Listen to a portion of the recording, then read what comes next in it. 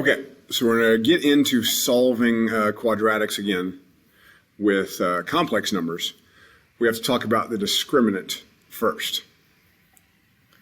Okay, so recall if ax squared plus bx plus c equals 0, then x equals negative b plus or minus the square root of b squared minus 4ac all over 2a.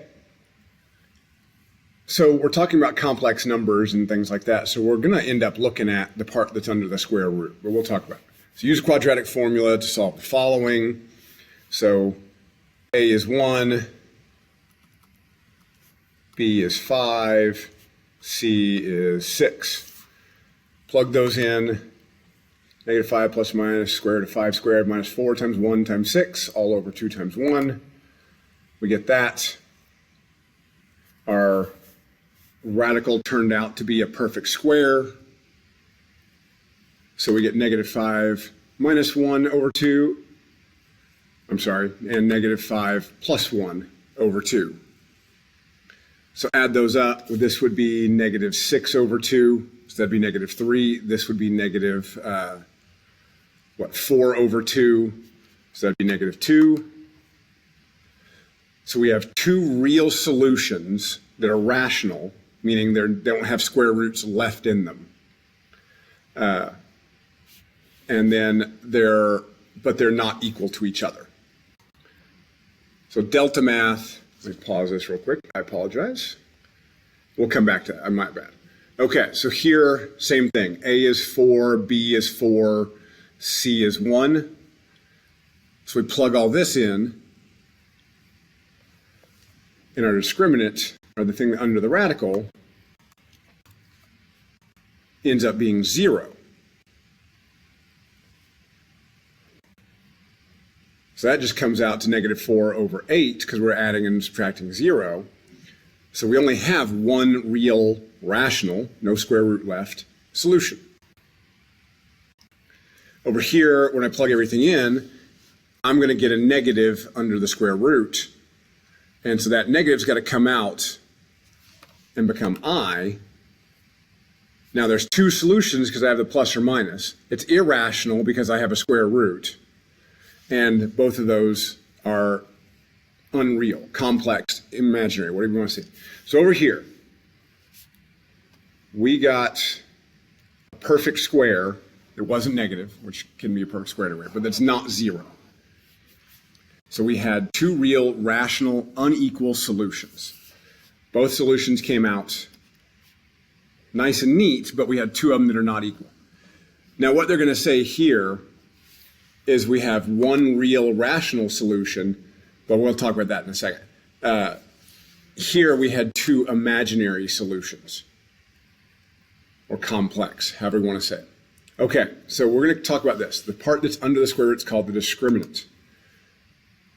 The discriminant is b squared minus 4ac. That's the whole thing we're worried about, is like what happens under that square root if it comes out 0, if it comes out negative.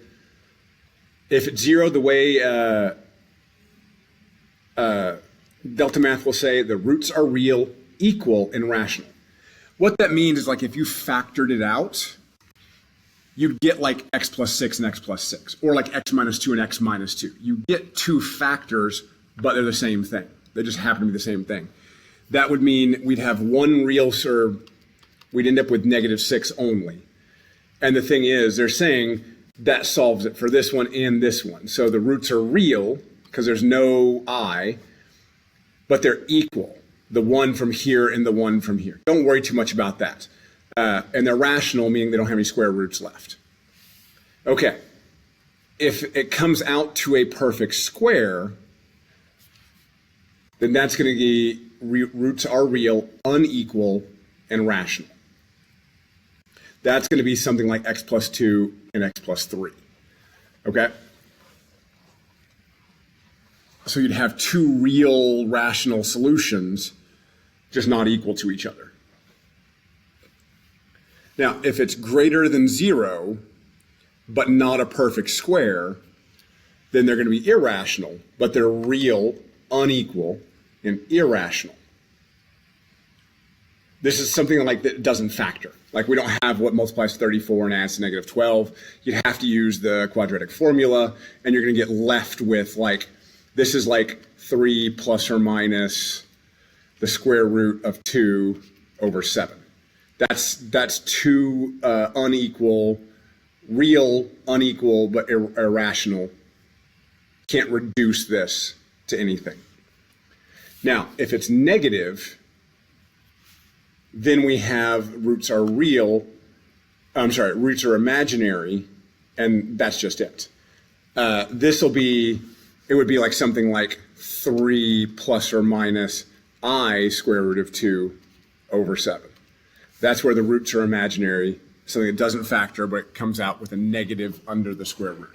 So basically what you're looking for is a discriminant. All you're going to do is b squared minus 4ac. If it's 0, they're real, equal, and rational. If it comes out to a nice, neat, perfect square other than 0, real, unequal, and rational. If it comes out positive but not a perfect square, real, unequal, and irrational. And if it's less than 0, negative, it's imaginary. There's only 4 outcomes here. So let's give it a shot. All you're doing with any of these is b squared minus 4 times a times c. So a, b, c, just plug those in.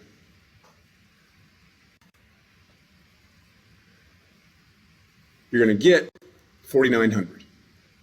Well, 4,900 is 70 squared. So this is one where you have real ones because you don't have any i's. It's rational because it's just a number.